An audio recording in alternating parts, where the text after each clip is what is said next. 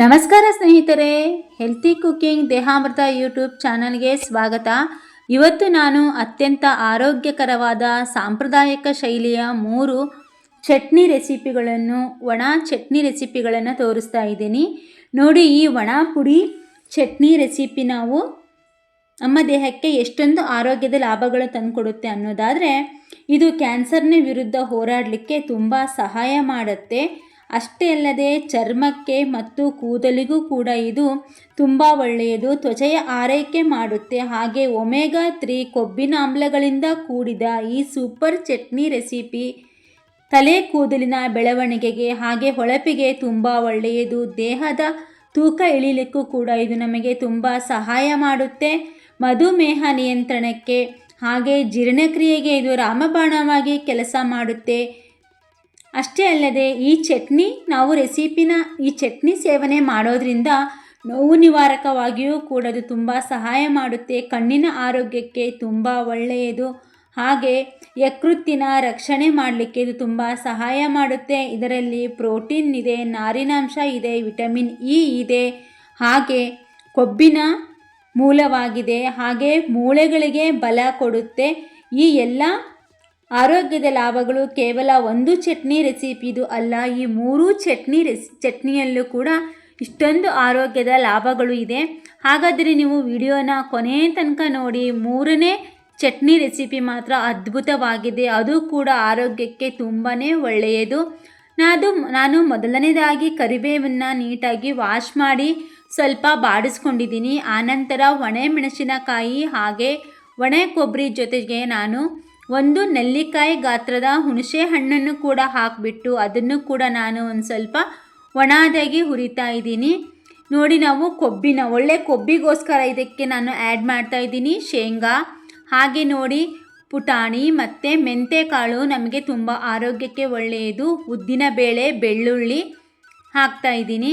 ಇದನ್ನು ಕೂಡ ಹಾಕಿಬಿಟ್ಟು ಒಂದು ಸ್ವಲ್ಪ ಫ್ರೈ ಮಾಡ್ಕೊಂಡು ಬಿಡೋಣ. ಇದಕ್ಕೆ ಹಾಕುವ ಪ್ರತಿಯೊಂದು ಪದಾರ್ಥಗಳು ಆರೋಗ್ಯಕ್ಕೆ ತುಂಬಾ ಬಲ ಕೊಡುತ್ತೆ, ನಮ್ಮ ದೇಹಕ್ಕೆ ತುಂಬ ಶಕ್ತಿ ನೀಡುತ್ತೆ ಅಂದರೆ ತಪ್ಪಾಗಲಾರ್ದು. ಇವುಗಳನ್ನೆಲ್ಲ ನೀಟಾಗಿ ಒಂದು ಸ್ವಲ್ಪ ಘಮ ಬರೋವರೆಗೂ ಫ್ರೈ ಮಾಡ್ಕೊಂಡ್ಬಿಡೋಣ. ಡ್ರೈ ಫ್ರೈ ಮಾಡ್ಕೊಂಡ್ಬಿಟ್ಟು ಇದನ್ನು ನಾವು ಮಿಕ್ಸಿ ಜಾರ್ಗೆ ಹಾಕ್ಕೋಬೇಕಾಗುತ್ತೆ. ನೋಡಿ, ಹುಣಸೆ ಹಣ್ಣು ಕಡ್ಡಿ ಕಸ ಎಲ್ಲ ತೆಗೆದ್ಬಿಟ್ಟು ನೀಟಾಗಿ ಶೋಧಿಸ್ಕೊಂಡು ಹಾಕ್ಕೋಬೇಕಾಗುತ್ತೆ. ಹುಣಸೆ ಹಣ್ಣನ್ನು ಜೊತೆಗೆ ಹಾಕ್ಕೋಬೇಕು. ಆನಂತರ ನಾನು ಇದಕ್ಕೆ ಒಂದು ಸ್ವಲ್ಪ ಜೀರಿಗೆ ಹಾಕ್ತಾ ಇದ್ದೀನಿ. ನೀವು ಒಂದು ಸ್ವಲ್ಪ ಇಂಗನ್ನು ಕೂಡ ಆ್ಯಡ್ ಮಾಡ್ಕೊಳ್ಳಿ. ಜೊತೆಗೆ ಸ್ವಲ್ಪ ಒಂದೇ ಒಂದು ಸಣ್ಣ ನಿಂಬೆ ಹಣ್ಣಿನ ಗಾತ್ರದಷ್ಟು ನಾನು ಬೆಲ್ಲ ಹಾಕ್ತಾ ಇದ್ದೀನಿ. ನೀವು ಬೇಕಿದ್ರೆ ಬೆಲ್ಲನ ಕಡಿಮೆ ಕೂಡ ಬಳಸ್ಕೋಬೋದು. ನಿಮಗೆ ಬೆಲ್ಲ ಇಷ್ಟ ಆಗಲ್ಲ ಅಂದರೆ ಸ್ವಲ್ಪ ಬೆಲ್ಲ ಕೂಡ ಹಾಕ್ಕೊಂಡ್ಬಿಟ್ಟು ಇದನ್ನು ಚಟ್ನಿನ ನೀವು ಪ್ರಿಪೇರ್ ಮಾಡ್ಕೋಬೋದು.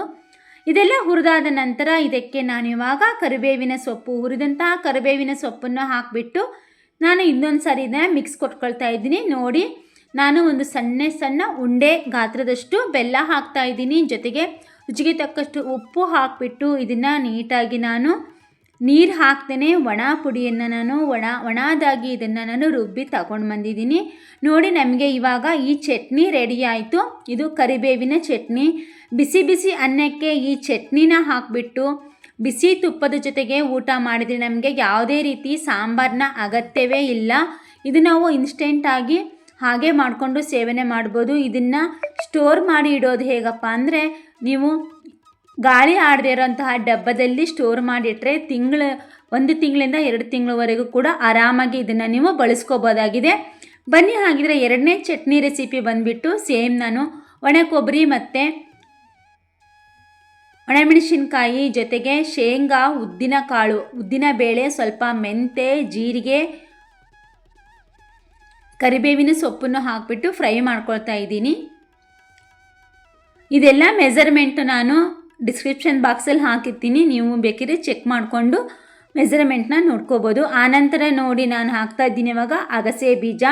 ಈ ಅಗಸೆ ಬೀಜದಲ್ಲಿ ಕ್ಯಾನ್ಸರ್ ವಿರೋಧ ಗುಣ ಇದೆ. ಚರ್ಮದ ಹೊಳಪಿಗೆ ಮತ್ತು ಕೂದಲು ಬೆಳವಣಿಗೆಗೆ ಒಮೆಗಾ 3 ಕೊಬ್ಬಿನ ಆಮ್ಲಗಳು ಹೆಚ್ಚಾಗಿ ಇರೋದ್ರಿಂದ ನಮಗೆ ಈ ಅಗಸೆ ಬೀಜ ತುಂಬ ಸಹಾಯ ಮಾಡುತ್ತೆ. ಮೂಳೆಗಳಿಗೂ ಶಕ್ತಿ ಕೊಡುತ್ತೆ. ಹಾಗೆ ಕೀಲು ನೋವುಗಳಿಗೆ, ಮೈ ನೋವಿಗೆ ಮೈಕೈ ನೋವು ನಿವಾರಕವಾಗಿಯೂ ಕೂಡ ನಮಗೆ ಇದು ಕೆಲಸ ಮಾಡಲಿಕ್ಕೆ ತುಂಬಾ ಸಹಾಯ ಆಗುತ್ತೆ.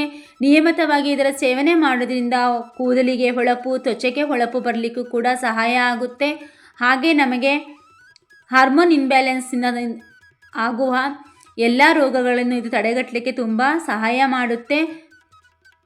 ಈ ಚಟ್ನಿ ನೀವು ವಾರದಲ್ಲಿ 3 ರಿಂದ 4 ಬಾರಿ ಸೇವನೆ ಮಾಡಿದರೆ ತುಂಬ ಒಳ್ಳೆಯದು.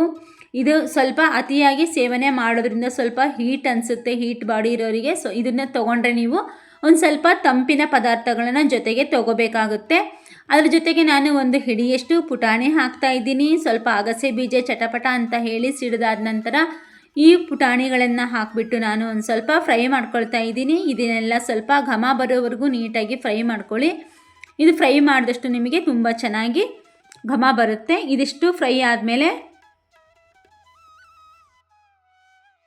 ನಾನು ಮೊದಲೇ ಹುರಿದಿಟ್ಟಂತಹ ಎಲ್ಲ ಪದಾರ್ಥಗಳನ್ನು ಅದಕ್ಕೆ ಹಾಕಿ ಇನ್ನೊಂದು ಸರಿ ನಾನು ಎಲ್ಲ ಮಿಕ್ಸ್ ಮಾಡ್ಕೊಳ್ತಾ ಇದ್ದೀನಿ.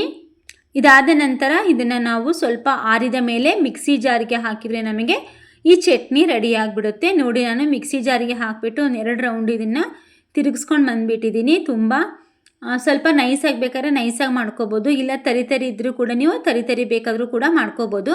ನಾನು ಒಂದು ಸ್ವಲ್ಪ ಮೀಡಿಯಮ್ ಆಗಿ ಇದನ್ನು ರುಬ್ಬಿ ತೊಗೊಂಡು ಬಂದಿದ್ದೀನಿ. ನೋಡಿ, ಇಷ್ಟು ನಾನು ತೊಗೊಂಡು ಬಂದೆ 2 ರೌಂಡಿಗೆ. ಒಂದು ಸ್ವಲ್ಪ ತರಿ ಆಗಿದೆ. ಇನ್ನೊಂದು ಸ್ವಲ್ಪ ಇದನ್ನು ರುಬ್ಬಿ ತಗೊಂಡ್ಬಿಟ್ರೆ ಕರೆಕ್ಟಾಗಿಬಿಡುತ್ತೆ. ಇದು ರೊಟ್ಟಿಗೆ ಪರವಾಗಿಲ್ಲ, ಅನ್ನಕ್ಕೆ, ಬಿಸಿ ಅನ್ನಕ್ಕೆ ಹಾಕ್ಕೊಂಡು ಊಟ ಮಾಡಲಿಕ್ಕಾದ್ರೆ ಒಂದು ಸ್ವಲ್ಪ ನಮಗೆ ನೈಸ್ ಆದರೆ ತುಂಬ ಚೆನ್ನಾಗಿರುತ್ತೆ. ನೋಡಿ, ಇವಾಗ ಇಲ್ಲಿ ಇಷ್ಟು ರೆಡಿ ಆಯಿತು ಈ ಅಗಸೆ ಬೀಜದ ಚಟ್ನಿ.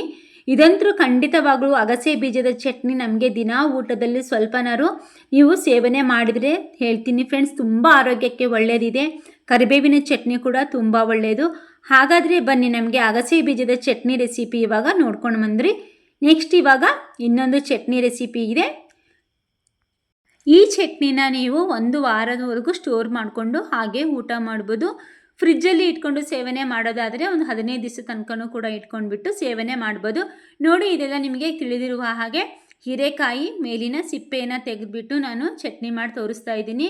ನಿಮಗೆ ನುಗ್ಗೆ ಸೊಪ್ಪಿನ ಚಟ್ನಿ ಮಾಡಿ ನಾನು ರೆಸಿಪಿ ಹಾಕೋಣ ಅಂದ್ಕೊಂಡೆ, ಬಟ್ ನಮಗೆ ನುಗ್ಗೆ ಸೊಪ್ಪು ಸಿಗಲಿಲ್ಲ. ಸಿಕ್ಕರೆ ಖಂಡಿತವಾಗಲೂ ಆ ಚಟ್ನಿ ರೆಸಿಪಿನೂ ಕೂಡ ನಿಮ್ಮೊಟ್ಟಿಗೆ ನಾನು ಶೇರ್ ಮಾಡ್ಕೊಳ್ತೀನಿ. ನೋಡಿ, ಹೀರೆಕಾಯಿನ ಒಂದು ಸ್ವಲ್ಪ ಎಣ್ಣೆ ಹಾಕಿಬಿಟ್ಟು ನೀವು ಈ ರೀತಿ ಫ್ರೈ ಮಾಡ್ಕೊಳ್ಳಿ. ಬೇಡ ಎಣ್ಣೆ ಬೇಡ ಅಂದರೆ ಹಾಗೆ ಕೂಡ ಫ್ರೈ ಮಾಡ್ಕೋಬೋದು, ಎಣ್ಣೆ ಅಗತ್ಯ ಏನೂ ಇಲ್ಲ. ಇದಾದ ನಂತರ ನಾನು ಹಂಚಿನ ಮೇಲೆ ಅದೇ ಹಂಚಿಗೆ ಸ್ವಲ್ಪ ಕಡಲೆಬೇಳೆ ಹಾಕಿ ಫ್ರೈ ಮಾಡ್ಕೊಳ್ತಾ ಇದ್ದೀನಿ. ರೊಟ್ಟಿ ಮಾಡಿದಂಥ ಹಂಚಿಗೆ ನಾನು ಇಷ್ಟೆಲ್ಲ ಪದಾರ್ಥಗಳನ್ನು ಹಾಕ್ಕೊಳ್ತಾ ಇದ್ದೀನಿ. ಅದೇ ಹಂಚಿಗೆ ಕಡಲೆಬೇಳೆನ ಹಾಕಿಬಿಟ್ಟು ಸ್ವಲ್ಪ ಫ್ರೈ ಮಾಡಿಕೊಂಡು ಆನಂತರ ಅದಕ್ಕೆ